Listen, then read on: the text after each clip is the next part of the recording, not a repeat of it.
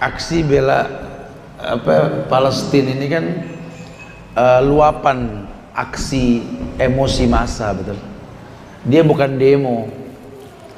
Saya orang yang paling nggak setuju kalau demo dibilang jihad. Ya. Jujur tidak ada demonstrasi jihad, tidak ada. Tapi kalau karakter orang Indonesia ini beraksi ketika melihat sesuatu atau merespon, itu sifat kita, orang kita. Ulama juga sudah berfatwa, berarti mubah, boleh ikut, boleh enggak, betul. Cuma ingin saya garis bawahi, kita wajib benci sama Yahudi ya, kita wajib bela Palestina, kita wajib membenci semua propaganda Yahudi. Jangan cuma turun ke jalan mempertontonkan aksi benci Yahudi dengan cara pakai kaos atau apa ornamen khusus.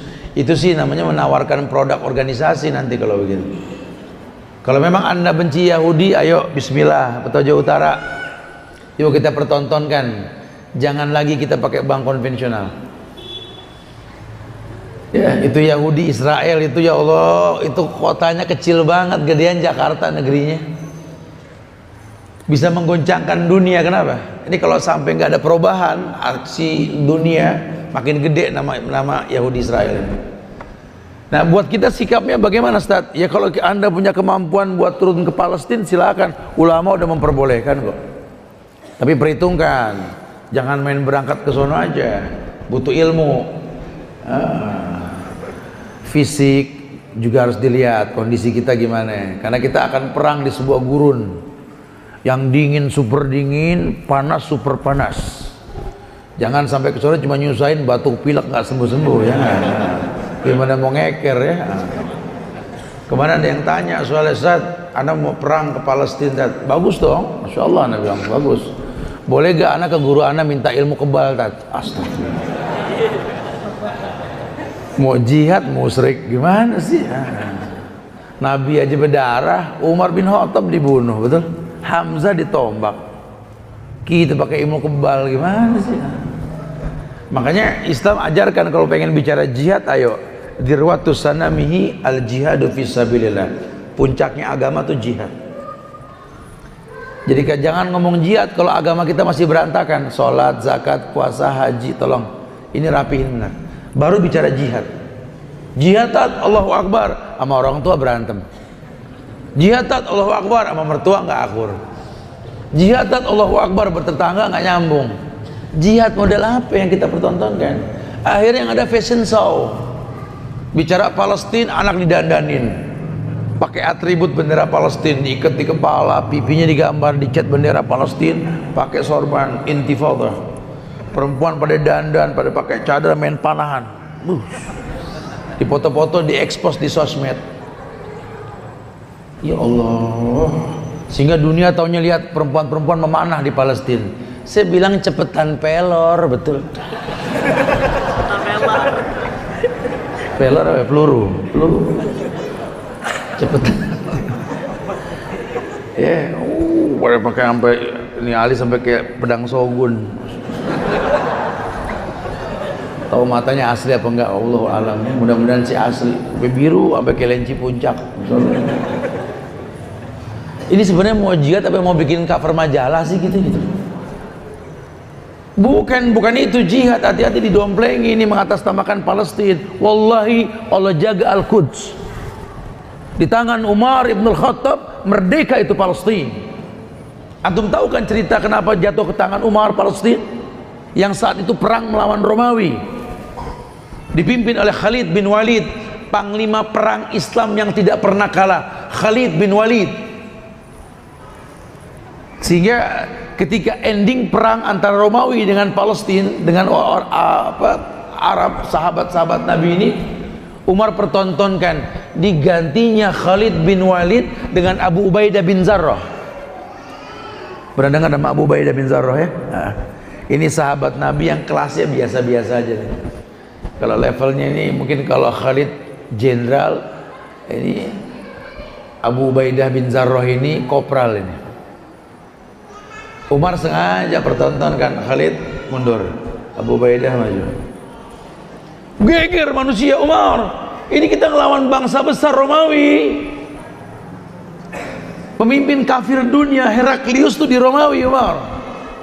Mau merebut Palestina, jenderal diganti sama yang bukan jenderal. Ya Allah Umar, gimana mau menang? Apa kata Umar? Jaga lisan kalian. Kemenangan urusan Allah, tugas kita hanya berusaha, betul? Tolong jangan tinggalkan sebabnya. Kenapa saya ganti Khalid dengan Abu Ubaidah? Saya tidak benci Khalid. Khalid sahabat Rasul, Khalid sahabatku. Jangan curiga sama khalifah, sudah. Adapun saya ganti Khalid dengan Abu Ubaidah karena saya melihat adanya cikal bakal keburukan, apa? Syirik. Syirik di mana, Umar? Orang berkata, di mana ada Khalid bin Walid, di situ ada kemenangan. Syirik.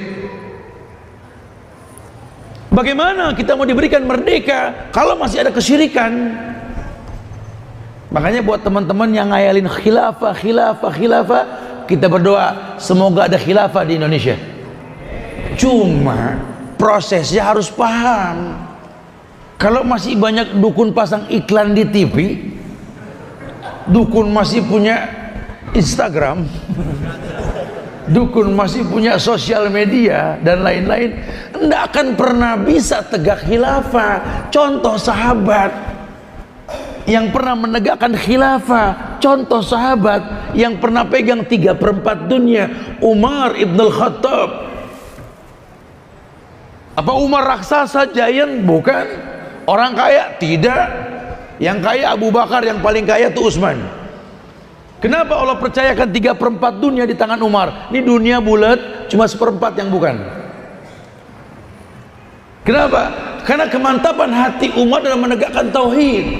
Dan Allah sudah berjanji, walau anna ahlal qura amanu wattaqau lafatahna alaihim barakati minas samai wal ardh. Allah akan turunkan keberkahan dari langit dan bumi kalau masyarakat beriman dan bertakwa. Jadi jangan cuma dihayalkan, kayak jangan cuma dikatakan benci. Siapa yang nggak benci dengan Yahudi? Kita benci dengan Yahudi karena menzolimi. Sampai Erdogan bilang apa? Untuk membela Palestina tidak perlu jadi orang Islam, cukup jadi manusia. Ini jangan bilang saya mendukung perkataan-perkataan tertentu, tidak. Saya cuma kabarkan ada bahasa yang seperti itu gitu loh, bahwa orang umum pun berkata untuk membela orang yang terzolimi nggak perlu jadi Islam, jadi manusia saja, apalagi jadi orang Islam gitu loh. Lalu nggak perlu jadi orang Islam saja, harus punya rasa empati, apalagi Anda seorang Muslim. Makanya kalau kita nggak bela Palestina, salah. Bela Palestina. Kalau kita nggak sanggup datang ke Palestina karena alasan yang jelas, fisik, keuangan dan lain sebagainya, nggak apa-apa. Yuk kita galang dana bantu Palestina. Serahkan melalui orang-orang yang memang langsung sampai ke Palestina. Banyak ustaz-ustaz kita banyak.